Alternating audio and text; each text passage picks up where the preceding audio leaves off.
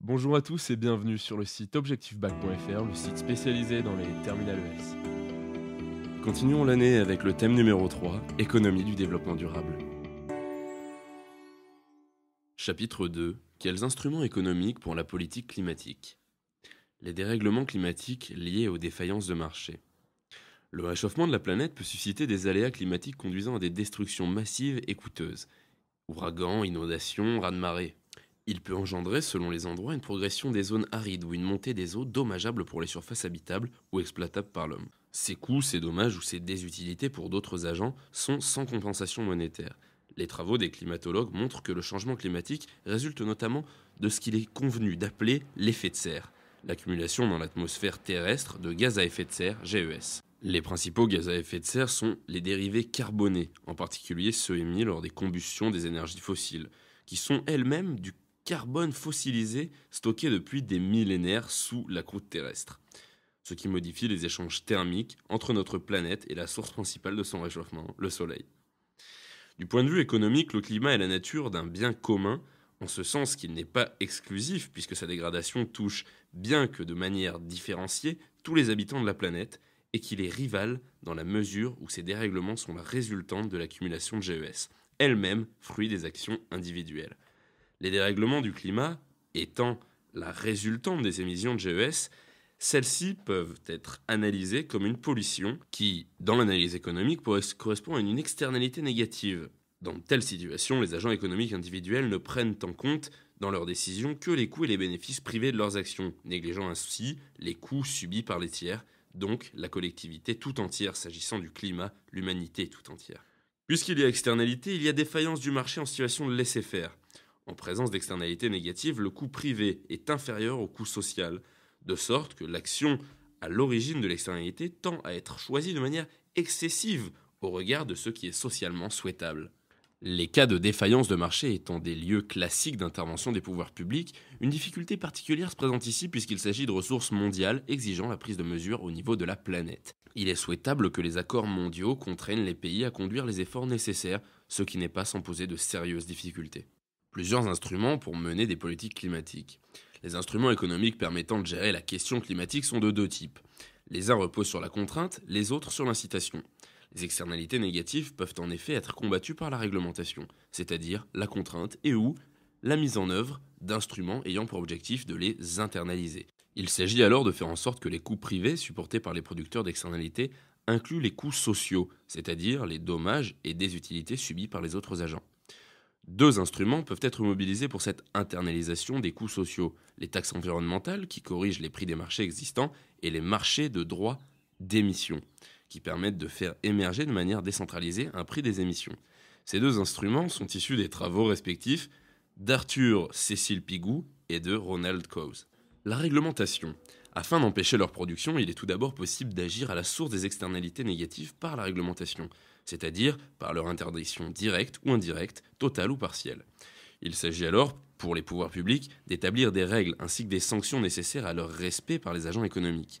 Dans un objectif de protection de la couche d'ozone, qui nous protège de l'excès des rayonnements solaires, ce type d'instrument a par exemple été adopté pour la réduction de l'émission de chlorofluorocarbone ou CFC, gaz qui sont présents dans la plupart des bombes aérosols et qui ont une responsabilité dans l'existence de lacunes au pôle dans la couche d'ozone. La première convention pour la protection de la couche d'ozone, signée à Vienne en 1985, a été suivie en 1987 d'engagements fermes et chiffrés pour diminuer l'usage de ces gaz. Pour la question du climat, la réglementation peut concerner de nombreux domaines. Les normes peuvent s'appliquer sur les moteurs et limiter les émissions des véhicules, sur la construction afin de limiter la consommation d'énergie fossile, sur l'urbanisation pour favoriser les déplacements doux. La taxation. Arthur Cécile Pigou publie en 1920 Economics of Welfare. S'interrogeant sur cette question des externalités négatives, il propose l'établissement de taxes imputables aux pollueurs. On parle ordinairement d'écotaxes et de principe pollueur-payeur. Imposées par les pouvoirs publics, ces taxes constituent pour le pollueur un coût supplémentaire qui s'ajoute au coût privé marchand, ce qui modifie son calcul de production prix optimal, et à court terme, le producteur est ainsi incité à moins produire, donc à réduire les émissions polluantes. À moyen et long terme, il pourra également être encouragé à utiliser des technologies de production moins polluantes pour minimiser son paiement de la taxe.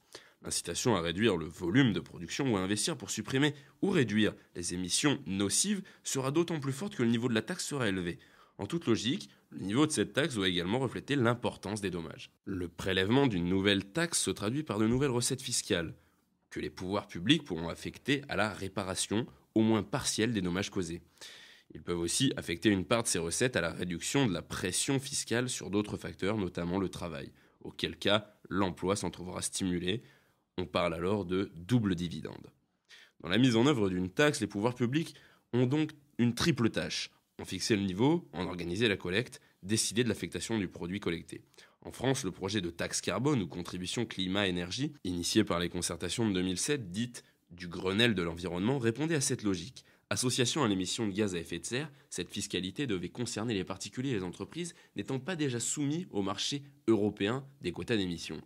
Le principe adopté étant celui d'une imposition proportionnelle à la consommation d'énergie fossile. La loi votée a finalement été censurée par le Conseil constitutionnel, puis abandonnée. Les marchés de quotas d'émissions. Ronald Coase publie en 1960 The Problem of Social Cost. Pour cet auteur, la redéfinition des droits de propriété privée, notamment par l'institution de droits d'émission et la création d'un marché de ces droits, peut se substituer avantageusement à l'établissement d'écotaxes. Le volume total d'émissions autorisées est alors fixé par les pouvoirs publics qui distribuent ces quotas d'émissions aux agents émetteurs selon les modalités, gratuité ou vente aux enchères, qui n'ont aucune incidence sur les incitations.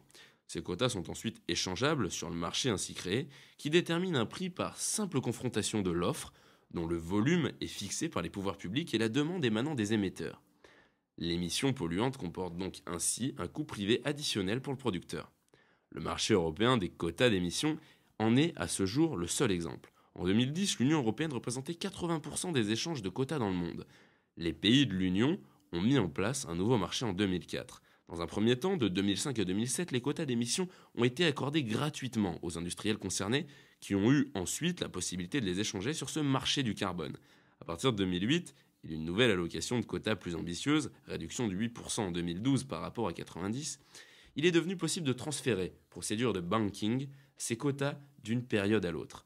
De 2013 à 2020, les quotas seront attribués dans l'objectif d'une baisse de 20% des émissions de gaz à effet de serre et une partie des quotas sera mise aux enchères, le reste continuant à être distribué gratuitement. La mise en œuvre de ces instruments et ses difficultés. La mise en œuvre de ces différents instruments se heurte à des difficultés qui, pour certaines, sont inhérentes aux instruments eux-mêmes et pour d'autres, sont liées au caractère particulier des externalités induisant des dérèglements climatiques. Les difficultés inhérentes aux instruments eux-mêmes. La réglementation est utile pour les pollutions jugées particulièrement dangereuses pour la santé ou dans le cas d'irréversibilité des dommages. Mais son caractère uniforme pose problème, puisqu'il ne permet pas de tenir compte de la plus ou moins grande difficulté à réduire les émissions. En outre, il est des cas où la réglementation n'est pas adaptée, ou devrait, pour être efficace, être complétée par d'autres instruments. Dans le cas par exemple des règles sur les émissions de carbone des véhicules automobiles, les conducteurs respectent les normes en réduisant la consommation de carburant par kilomètre, ce qui réduit également les coûts privés d'usage des véhicules, incitant ainsi paradoxalement à parcourir davantage de kilomètres, ce qui contrarie l'objectif des réductions des émissions. Les taxes et marchés des quotas agissent directement de manière similaire sur les incitations pécuniaires des agents émetteurs et permettent de moduler les efforts de réduction de manière économiquement efficace, c'est-à-dire en fonction des coûts qu'engendre cette réduction. Les taxes procurent parallèlement une recette fiscale supplémentaire, de même que les quotas d'émissions lorsqu'ils sont vendus, notamment aux enchères. Toutefois, pour que ces instruments atteignent leurs objectifs, le coût supplémentaire qu'ils représentent pour les pollueurs doit être suffisamment élevé. Or, tant la taxe que les marchés des quotas d'émissions peuvent aboutir à la fixation d'un prix trop faible pour le carbone, insuffisant pour inciter à une réduction assez forte des émissions. C'est notamment le cas du marché européen du carbone, sur lequel le prix a été presque toujours, depuis son lancement, très bas. La quantité totale permis d'émissions mis sur le marché joue ici un rôle clé, puisque le prix résulte de la confrontation de l'offre et de la demande. Des difficultés spécifiques liées au caractère particulier des dérèglements climatiques. Le caractère de ressources communes au niveau international du climat ou de l'air implique un niveau de décision supranational problématique. Chaque pays compte sur les autres pour supporter les contraintes associées à ces mesures. En l'absence de gouvernance mondiale légitime, l'établissement de sanctions éventuelles en cas de non-respect des règles pose également le problème de leur application. La mise en œuvre même de ces mesures nécessite une comptabilité de l'environnement et de ses dommages. Quel est le coût de la dépollution, d'une perte de la biodiversité ou de la désertification ? Ceci pose des difficultés particulières. Certains redoutent également un effet rebond suite à leur instauration.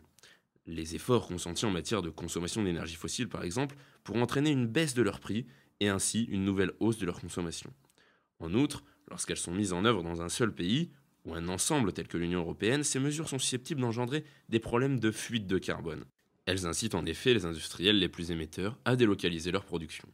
C'est ainsi que si les statistiques montrent que l'émission de gaz à effet de serre dans la production des pays de l'Union est en régression importante ces dernières années, l'examen de mêmes statistiques montre que l'émission de gaz à effet de serre dans la consommation de ces pays se maintient.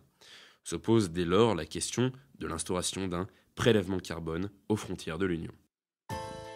Nous venons de terminer ensemble le dernier chapitre du dernier thème de la première partie d'économie, sciences économiques.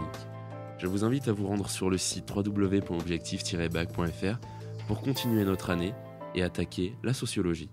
Au revoir et à bientôt.